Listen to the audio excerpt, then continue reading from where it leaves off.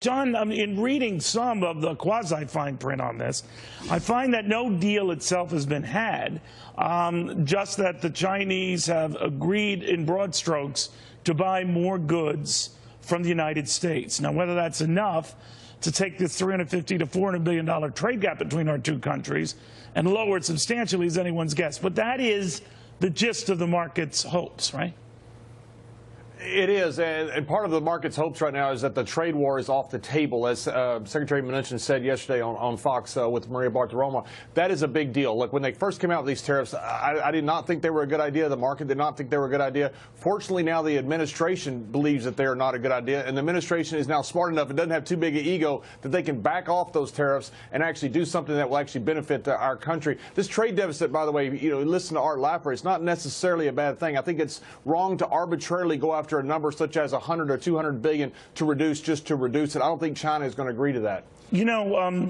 We are getting inconsistent reads, John, and I'll bring this up with you, Heather.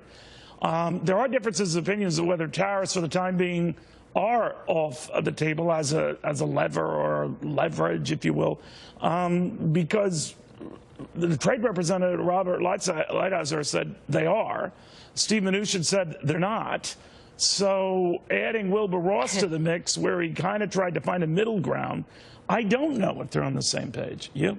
Yeah, it's very confusing rhetoric from the U.S. trade team. But look, this is what the Trump administration is good at, confusing the opponent. I mean, sure, you and I have no idea what the next move will be if you take into conflicting accounts by both Mnuchin saying that, look, we're not going to inflict tariffs right now at this point in time, and Lighthizer saying very much so that they may still be on the table in terms of if they're not really addressing our main concern, which is intellectual property theft. Until that is addressed, I think we'll keep seeing conflicting views, and that's what makes us, I think, win in the end. China doesn't know what our next move will be. I think it's a good thing. He's done well. Trump administration has succeeded in negotiating that way. All right, it might. We don't have anything approaching a done deal yet, but Craig, one of the things I wanted to get your sense of is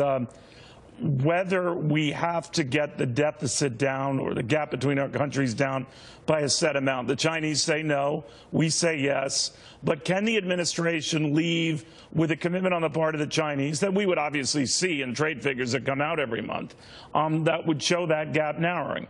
No other presidency has seen that.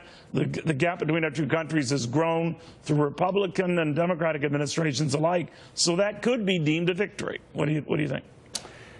Well, it may be deemed as a victory, but I tend to agree with John, like Art Laffer said, that the trade imbalances are not that big of an issue.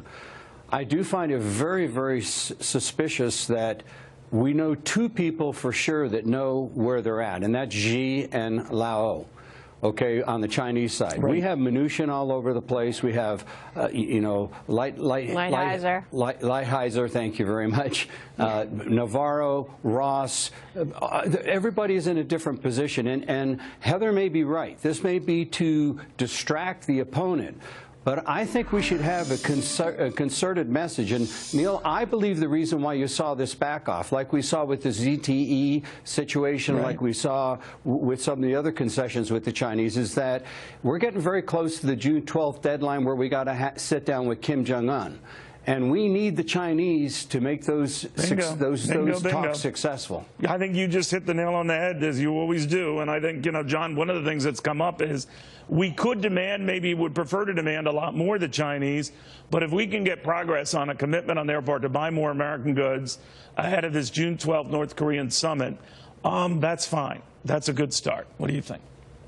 I agree. I agree with what was just said. We need some type of victory. Look, I think we bluffed. Heather's mentioned that our opponents are confused right now. If you consider the Chinese our opponents, our trade partners, it seems to me the White House is confused right now. They're all on different pages right now, and they're trying. But he intentionally hires people from both sides of the aisle or spectrum. It seems like to get the best outcome or the best solution. But then John, once they commit to that, they should all speak the same. True.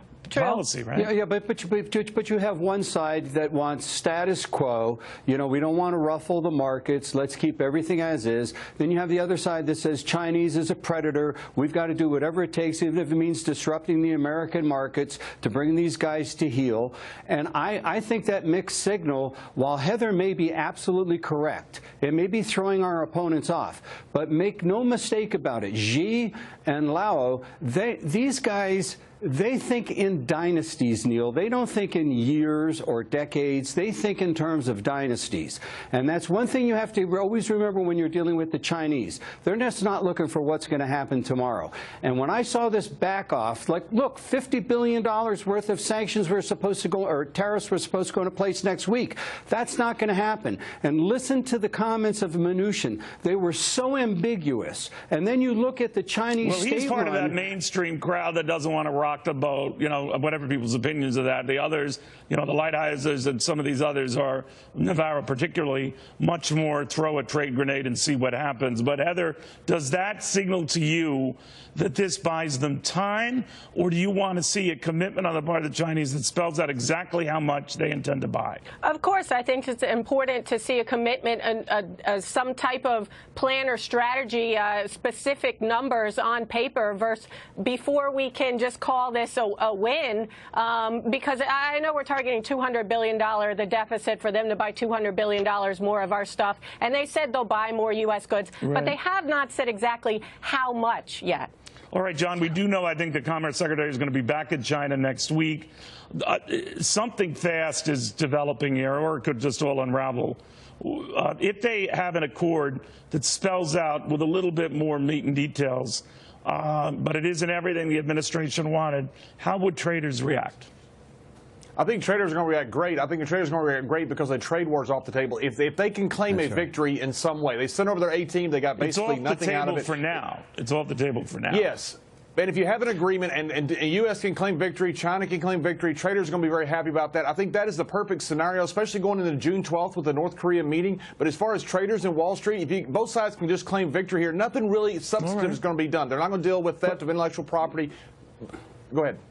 But Neil, think about the one missing piece in this. Okay, have you heard one word about currency manipulation? You haven't heard a word about that in all these discussions. That was part of what Mr. Trump ran on, and we hear nothing about that. So you don't think he'd hold that off until after the June 12th talks? I'm just trying to wonder what's behind that. Yes, that may be, but again, if they buy more from us or sell more to us or what have you, they can always wring it out through manipulating their currencies, Neil, and that's where they need to be held accountable just as much as in any of the other areas. All right. Guys, I want to thank you all very much. Kind of a Debbie Downer there in the end there, Craig, but you're brilliant nevertheless. All right, so all of you who are getting excited about this trade deal, if you're listening to Craig, you can just sell everything. I don't know. That is not, again, what he's saying. Again, we might get an idea of what they're talking about here in the next 24 to 48 hours, maybe by the end of the week here. No indication as to a time frame on this, just that the markets tend to like it. That and the fact that we had nearly $30 billion in merger deals announced today, all wind at traders' back.